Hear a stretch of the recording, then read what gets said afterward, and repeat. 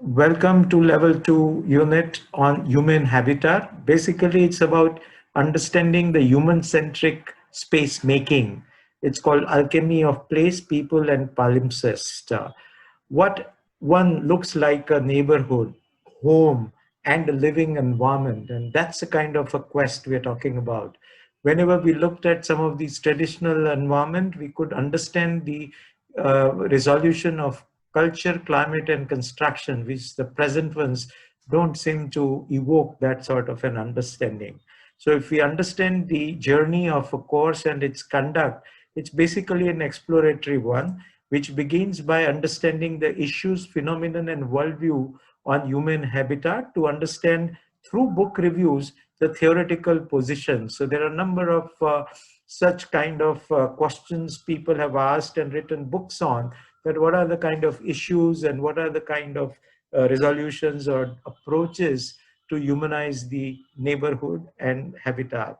And then, time permitting, or more than that, the circumstances permitting, whether the real or the book case studies, that what have been the various architects' approach to humanize the housing and create living quarters and neighborhood with the kind of humane quality.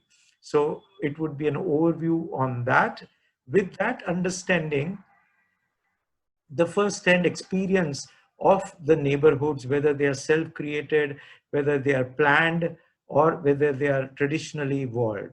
After that, it's been abstracted, prioritized, and ideated in an understanding so as to understand the key components which create that kind of positivity in that environment, and which is represented through collages and the kind of abstract drawing to understand the real essence of that environment as a living environment and a kind of neighborhood quality.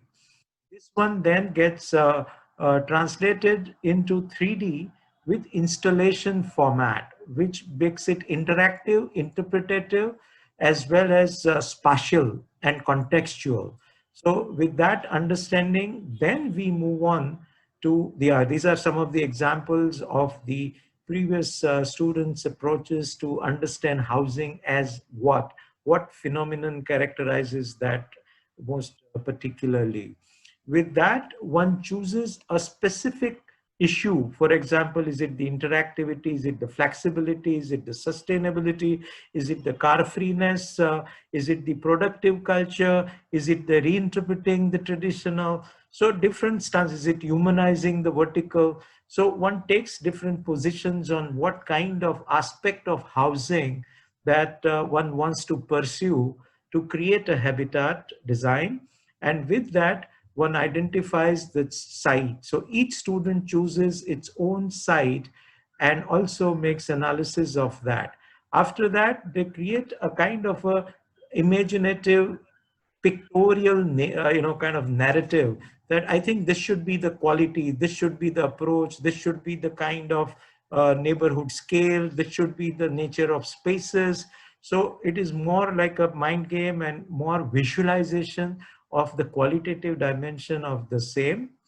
After that, that gets translated through the density models and form making by actual exploration in a little higher density condition with the styrofoam model or any such physical model tool, so that one can play with it, one can manipulate it. So it doesn't become just an extrapolation of a plan, but we understand and kind of fathom this. And all these would be supported by parallel lectures every week on various aspects of the housing issues with able case studies and examples. So it is both exposure as well as self-exploration.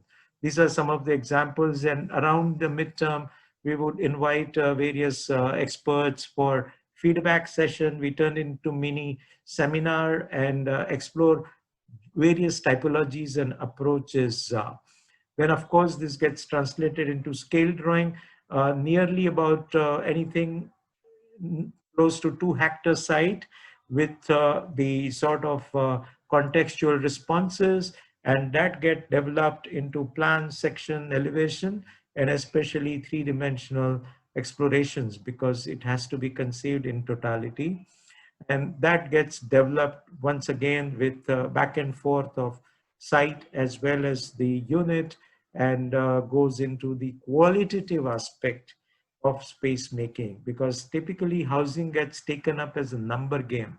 And the idea here is to break that mindset and to understand, because eventually it's where people live and how not only their functional needs, but their aspirations need to be satisfied. Their cultural conditioning needs to be echoed into the design. So it does come up with the absolute, drawings at unit level with light, ventilation, and its understanding, as well as idea of flexibility, interactivity, and all those. How does it influence the unit plan, and even certain kind of detailing to understand to make it work, the kind of strategies that one proposes.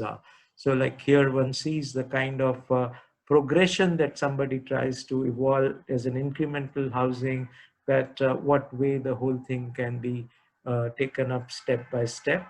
And these are some of the final visualization of some of the past exercises in terms of quality of space, in terms of scale of outdoor areas, the quality and nature of outdoor areas, and the kind of way it supports the community and the culture that they belong to. So it's a close association with context, with climate, as well as the people per se. And here are some examples, whether it's vertical, whether it's a low rise, a lot of exploration through model and sketches, along with the mind game, the idea of collages, the idea of other tools to generate that kind of conviction about the approach, as well as the nature of spaces that one wants to create. So it still remains an essential effort in space making. Here is an example of one of the students' journey, that how it moved from one level to the other and eventually came down to a very comprehensive and mature resolution, which rivals any of the housing scheme today in reality.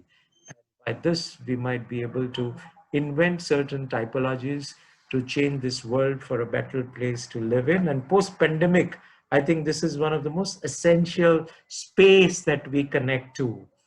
Glamour and beauty both catch attention, but we know glamour fades away in no time. It's temporal, but beauty is timeless and integral. So how do we learn from our kind of traditional principles, but apply them in a contemporary way to create our habitat for future, where our post generations can live in?